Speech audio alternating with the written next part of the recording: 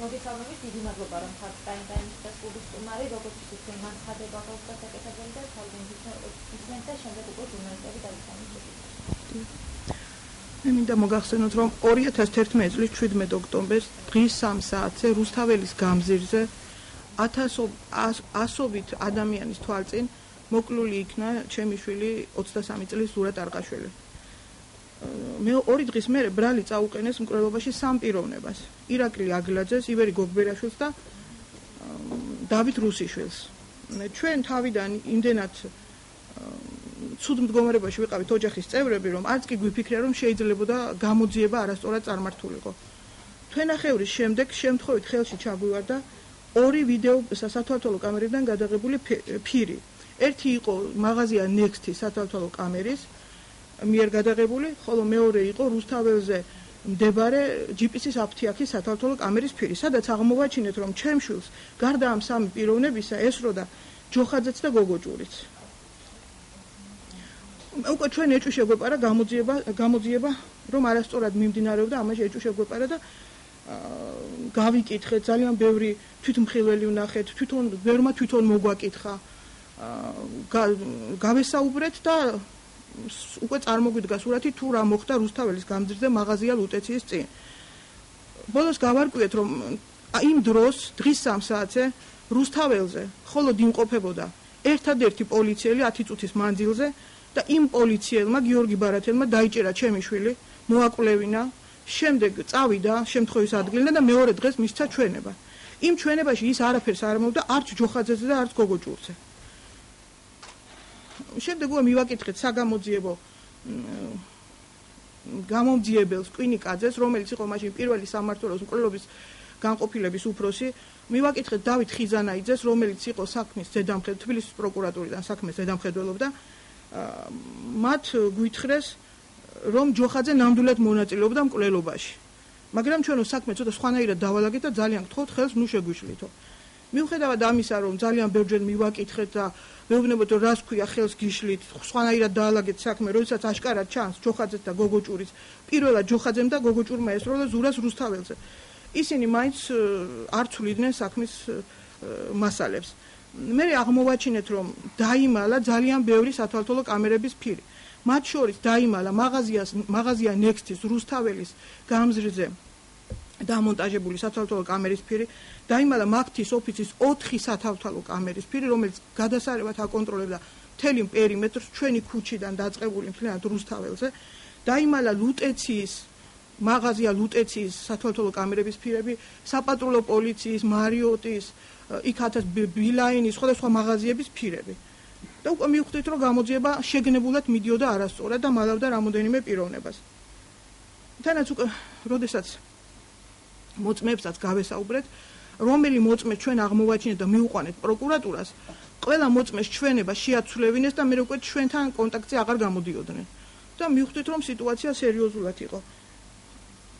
ძალიან ბევრი ზეწოლით 1000 ორგანოს მივმართეთ შინაგან საქმეთა სამინისტროს პროკურატურას, მთავარ პროკურატურას და რაღაცნაირად მოვახერხეთ, რომ ამ 3 პიროვნების გასამართლების მერე საქმე გამოყოფილიყო და გაგრძელებოდა გამოძიება ჯოხაძეზე და სხვებზე, რადგანაც ისეთი აშკარა იყო მათი იქ მონაწილეობა, რომ ეს ვეღარ დამალეს. როდესაც გაასამართლეს ეს 3 პიროვნება, ერთს მიუსაჯეს 21 წელი, დავით რუსიშვილს ნაფცმას საჯულება გაასამართლა, ივერი გოგბერაშვილს მიუსაჯეს 24 წელი, ხოლო ირაკლი აგლაძეს დაუსწრებლად მიუსაჯეს 31 წელი. მივაკითხეთ ისევ თბილისის პროკურატურას, კერძოდ კოკაიას და ხიზანაიძეს და ვთხოვეთ გაეცნო ჩვენთვის თუ როგორ მიმდინარეობა საქმის გამოძიება. მათ შეიყვანეს ჩემი მეუღლე კოკაიას კაბინეტში და უთხრეს თუ არ გაჩერდებოდა და არ დაანებებდა ამ საქმეს თავს, თვითონ დაიჭერდნენ.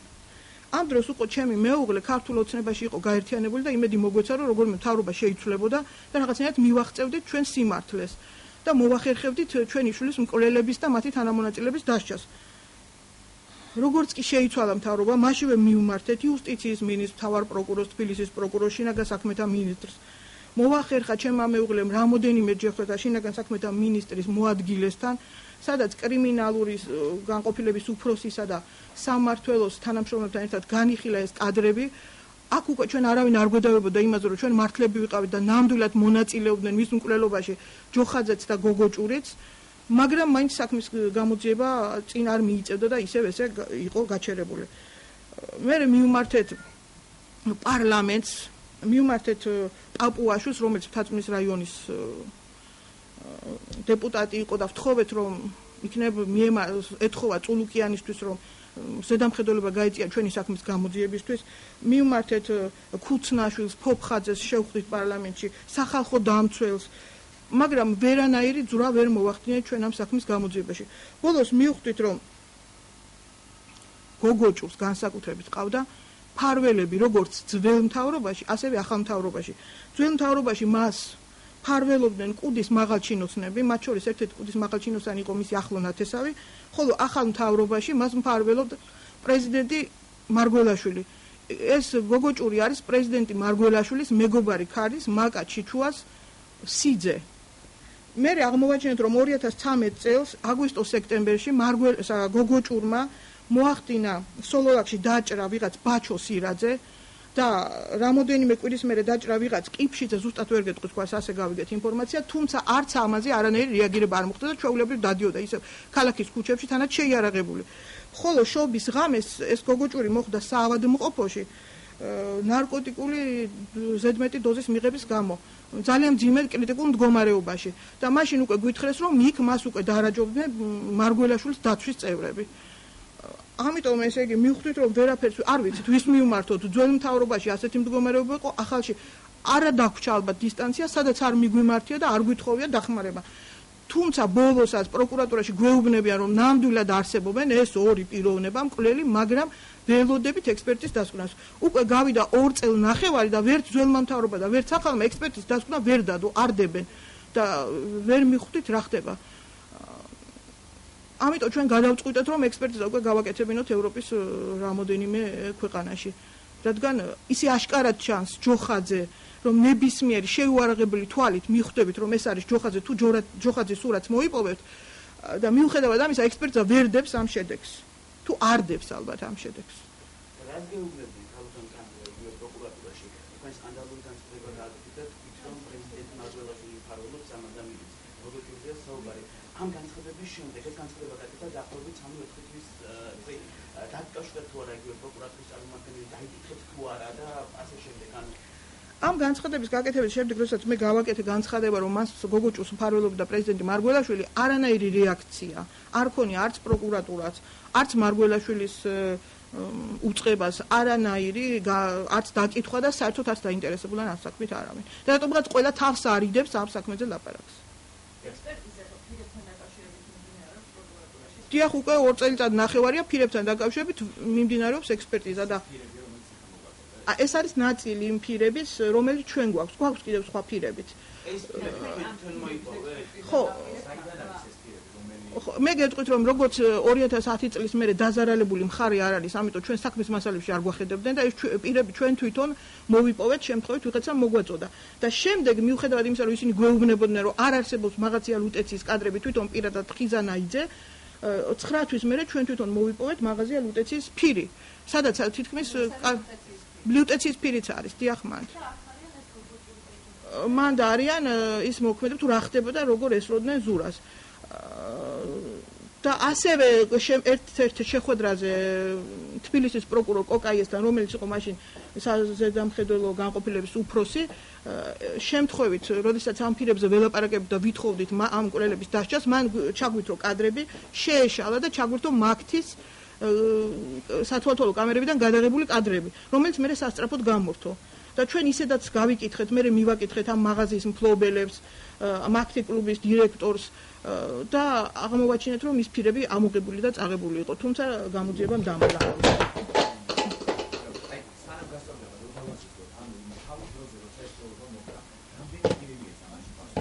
მხოლოდ 3. კი, აგლაძე არის გაქცეული. დაუსწრებლად აქვს ირაკლი აგლაძეს და თქვენ წარმოიდგინეთ ძალიან ბევრჯერ გავარკვიეთ და გავიგეთ სად იმყოფოდა ირაკლი აგლაძე, მოვითხოვეთ მისი დაჭერა და ესეც არ მოხდა. არა, იხდიან სასჯელს. 21 და 24 წელი აქვს მისჯილი დავით ხო და მე როდესაც ძალიან ესე იგი ბევრი ვიწვა ძველმა მთავრობამ დავით ჯოხაძეს გითხარით აი ექსპერტიზის გარეშეც იმდენად აშკარად ჩანს რომ ეს დავით ჯოხაძეა უკვე ვერაფერი რომ ვერ გააწყო დავით ჯოხაძეს წაუყენა ბრალი შეუტყობინებლობაზე როდესაც აშკარად ჩანს რომ იგი აი თვითონ აფთიაქის კადრებში რომელიც თვითონ წარმოადგინა გამოძიება მიმაში ჩანს რომ ურნაში აგდებს იარაღს რომელი ურნიდანაც ამოღებულია იარაღი და ამბობენ რომ ეს არის მკვლელობის იარაღი და გამორბის თავისუფლების მოედნის მხარეს იქ ხდება ვიღაც პიროვნება რომელმაც ამოიცნო ჩვენება მისცა რომ ეს ნამდვილად დავით ჯოხაძე იყო შემდეგ ტაქსი აიყვანა და ჩამოიარა და გოგბერაშვილი ჩაიშვა და ერთად წავიდნენ სოლოლაკში მიუხედავად ამისა მაინც შეუტყობინებლობაზე გადასცა სასამართლოს. ხო, მე არ ვიცით, მე აღმოვაჩინეთ რომ ჯოხაძესაც მფარველობდა ვიღაც. არ ვიცი, გითხრა ესა წულუკიანი, იმიტომ რომ ეს ჯოხაძე არის პლეხანოველი ჯოხაძეების, ალბათ თქვენთვის ცნობილია, მე ესა ბიძაშვილი. ანუ რო დავასრულოთ გაბატონო. დავით ჯოხაძე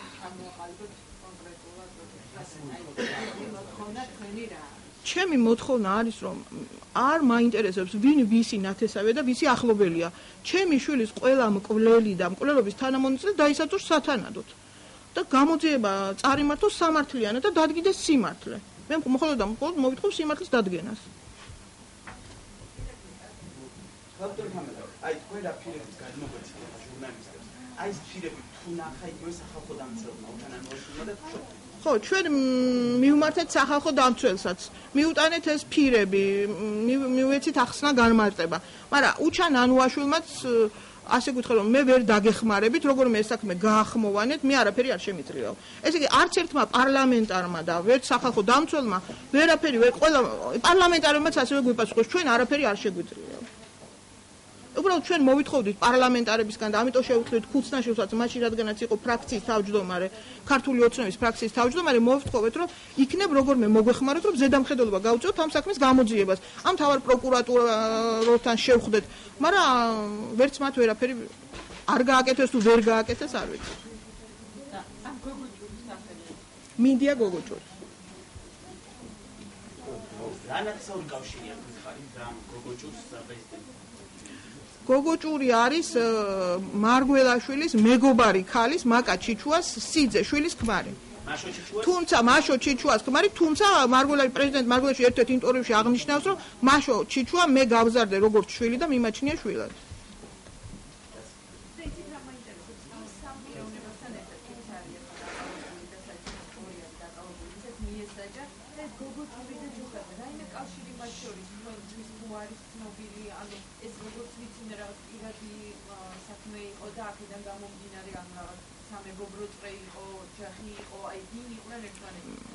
მეგობრები იყვნენ და ერთი წრე ეს იყო რაღაც კრიმინალური დაჯგუფება ერთი წრე რომელიც ძალიან ბევრ დანაშაულს ჩადიოდა და არასდროს არაფერზე პასუხი არ უგია და სხვათა შორის სადახლოზე მომხდარ მკვლელობაში ამ წრეში შემავალი პირები მონაწილეობდნენ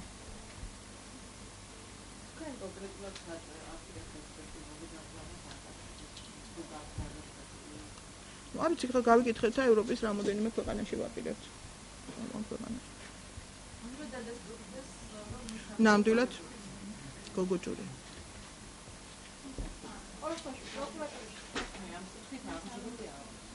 პროკურატურაში ამ კუთხით მიმდინარეობს საქმე ჯოხაძეზე და სხვებზე გამოძიება მაგრამ უკვე ესე იგი არც ძველი მთავრობის დროს გაჩერდა ეს გამოძიება და ახალი მთავრობა რაც მოვიდა მის მერე აქტიურად მივმართავთ აი მე სპეციალურად მოვიტანე განცხადებების რაოდენობა ყველა განცხადებაც არც მაქვს იმიტომ რომ ზოგი ისე ჩავაბარეთ რომ არ აი განცხადებები მაგრამ არანაირი შედეგი და რეაქცია და საქმის გამოძიება არ იძურის ადგილიდან.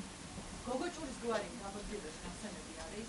მხოლოდ ჯოხაძეა და გოგოჭურის გვარი გამოძიებაში მაშინაც არ ახსენეს. იმდენად ძლიერი მფარველები ყავდა რომ მაშინაც გოგოჭურზე ყოველთვის დუნდნენ, როცა ვეუბნებოდით. ჯოხაძის გვარი ფიგურირებს? ჯოხაძის გვარი ფიგურირებს და გოგოჭურის არა.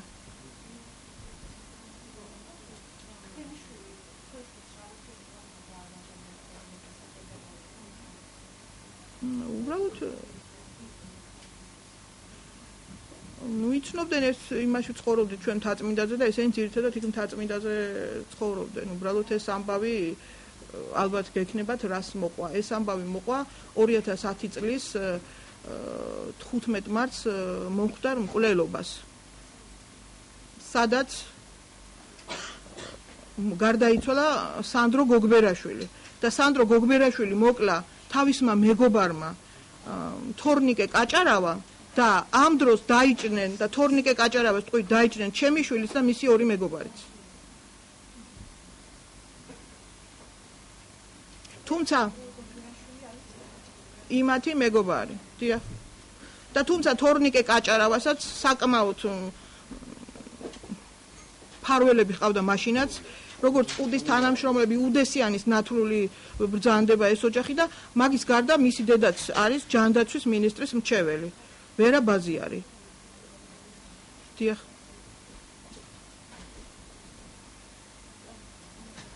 და ეხლაც მას მისჯილი აქვს 24 წელი სანდრო გოგბერაშვილის მკვლელობისთვის და ჩემი შვილის და მისი ორი მეგობრის ჩიჩუების, ძმების ჩიჩუების განზრახ მკვლელობის მცდელობისთვის. მაგრამ მიუხედავად ამისა, რომ დადის ჩვეულები დადიოდა საქართველოში, ძველ მთავრობაც ხელს არ კიდებდა და არ იჭერდა და არც ახალი მთავრობა. მე კვინიკაძემ, გრიგოლ კვინიკაძემ მითხარო, როდესაც გავიგე, რომ მამაოს მანქანით მარტვილის მამათა მონასტერში იმალებოდა ეს კაჭარავა, ჩამოვიდა და მოძრაობდა ქალაქში და უნდა ამეყვანა, ზემოდან ამერიკაც ამისხეს, ხელი არ მოკიდოვა.